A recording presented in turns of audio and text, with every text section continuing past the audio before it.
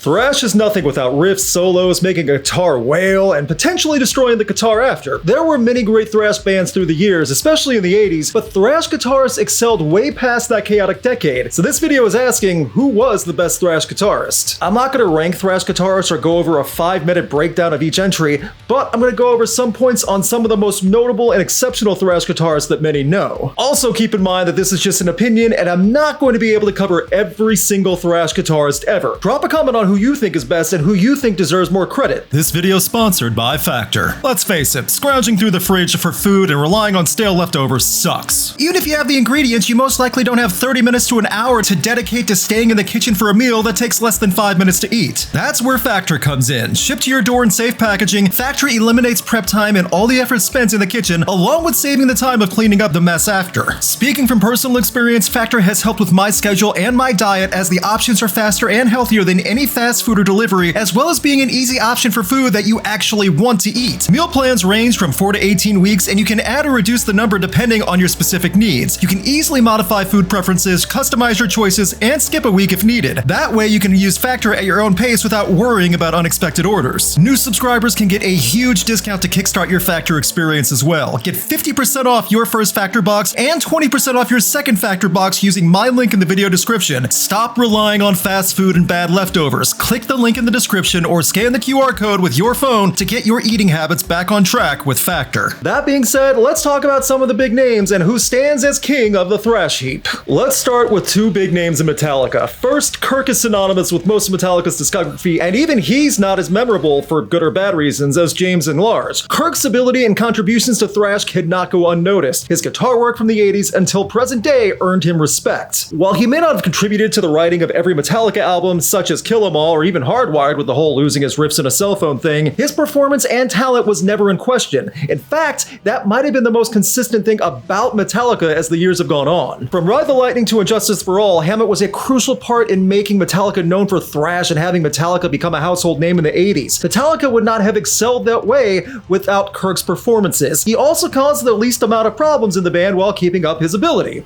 That's a reliable player. Then you go to the other guitarist and frontman in the band. James Hetfield's voice and body of work is iconic, sure, but many don't give the man credit for his rhythms and occasional leads while being front and center for decades. James is memorable even to people who are not familiar with Metallica's biggest hits. Hetfield, somewhat understandably, has his own guitar work overshadowed both by Kirk and by his own singing and presence. James would not be the same without a guitar in his hands, though. It would be unnatural to see and hear him only sing on stage. Then add his ability and composure while performing in stadiums and still hitting the mark. Metallica has been given all the flowers in the world for many reasons, but James Hetfield should get some credit for being a strong guitarist as well as a powerhouse vocalist. Behind every yeah is a riff, and Hetfield is able to lay down plenty of both. With both Metallica guitarists worthy of being mentioned, I don't think either of these two are the best thrash guitarist. Let's get a little heavier and talk about one of the heaviest bands in metal ever. Not just thrash. Slayer is synonymous with heavy guitars and solos, and Kerry King contributes to that. Co-founder of Slayer and wearing the chains while soloing his brains out live. Chains and solos definitely fit a thrash guitarist, and King deserves that thrash crown. The first time I saw Slayer live, I was mesmerized by Kerry King coming to the front stage left, setting his position, and relentlessly going to work on that guitar. He helped define what aggressive playing could be, and Slayer was consistently defined by being an aggressive band. From the 80s when Raining Blood dropped through the 2010s material of Slayer,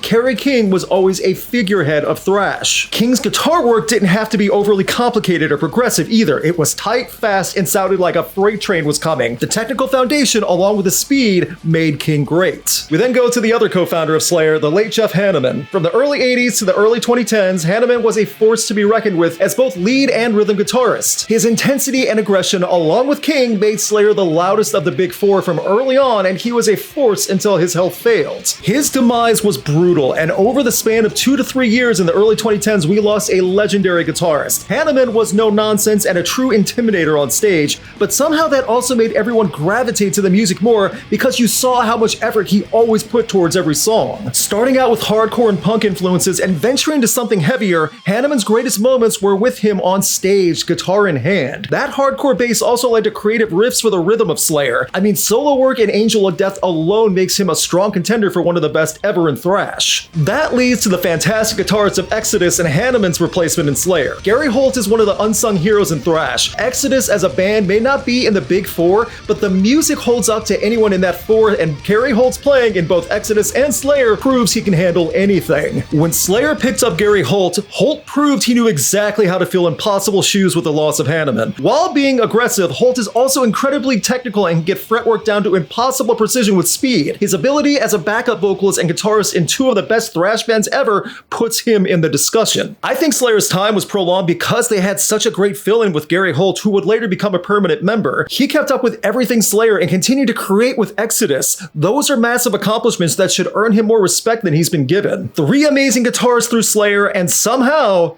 none of them were the best guitarist in thrash. Let's switch over to one of the most well-known rhythm guitarists ever, and for thrash, the rhythm is vital. Scott Ian has been the associated name with Anthrax for roughly 4 decades, and through all the changes in Anthrax, the rhythms, riffs, and volume have remained constant due mainly in part to the bearded shredder. Scott Ian is associated with metal. Even people who don't know the name and association with Anthrax know the image and Scott Ian as a guitarist. What he doesn't get credit for is how consistent he has been album after album, and as a live presence. When Anthrax plays live, he is front stage and never misses a beat. Regardless of who was singing or playing lead guitar in Anthrax over the decades, Scott Ian always was the present force. Think of that many Anthrax albums. Then think of Mr. Bungle and other side projects Scott Ian has been a part of. His discography of work is massive, and somehow there's never a shortage of ideas. There are many other guitarists in and out of Anthrax over the years, all of which were great, but considering them and a legend like Scott Ian, none of them were the best thrash guitarist. Let's leave the US Big Four and hit up the European Big Four. Thrash had just as much of a boom in the 80s and 90s overseas, and not pointing out Mille Petroza of Creator would be a crime. The vocals and the rhythm guitar of one of the fastest, heaviest thrash bands ever deserves praise. Through the highs and lows of Creator, Petroza ripped through them all. I wanted to point out Petroza and Creator because that man and band have been going since 1982, when Creator was a different name, and are still active today with Mille riffing away. And those riffs were not just basic chugs that many guitars coast along with, these were breakneck speed riffs. This man was playing at 100 miles per hour at points and always going smooth. We can also go outside of Big Four territory and talk about Testament, mainly Alex Skolnick. Alex was a fierce wizard with guitar, and through the many years working with Chuck Billy, his lead guitar work was a masterclass in precision while keeping the pedal floored. Just like Testament doesn't get enough credit in thrash, Skolnick doesn't get as much credit as a guitarist. This was another example of when I saw Testament live, I was blown away by just how powerful and heavy everything could get while Skolnick was in a complete comfort zone with a smile on his face on stage. His lead guitar work and solos in thrash has gone mostly unnoticed outside of thrash fans, which is a shame. All these names and more are a big part of why thrash is great, but they are not the best. And if you haven't figured out who I've excluded, it's because most of you watching have already said it at your screen. Dave Mustaine of Megadeth really is the best thrash guitarist. Looking back at Megadeth's catalog after his booting from Metallica, Mustaine has proven himself as the best guitarist in thrash. Dave has even described himself as a guitarist first and singer second. That's definitely fair, and whether you like Megadeth's lyrics or Dave's vocals, it doesn't diminish Mustaine's ability with a guitar. His 80s output with Peace Sells, leading into him standing his ground with thrash in the early 90s on Rust in Peace, even the 2010s output with Dystopia. Isolate that guitar work and writing for riffs on that album, and you'll have something great. All that work stands out as excellent no matter how you feel about the subject matter or whatever is going on in Mustaine's head. So many guitarists and musicians in general cite Metallica, Slayer, Black Sabbath, Soundgarden, Alice in Chains, etc. as huge music inspirations, especially guitarists. Those are all great choices, but it's interesting that Dave Mustaine as a guitarist is never listed as an inspiration when he is arguably the best with an axe at his hands at thrash. Part of that does have to do with the whole Metallica versus Megadeth conflict. Part of that also deals with Dave Mustaine's outspoken and at times stubborn opinions in politics in America, society in general. Also, as the decades have gone on, Mustaine's name has been more associated with weaker Megadeth albums and not his amazing skill as a thrash guitarist. All these reasons might have deflected from Dave Mustaine, now in his 60s and beating cancer, and the man is still doing great live.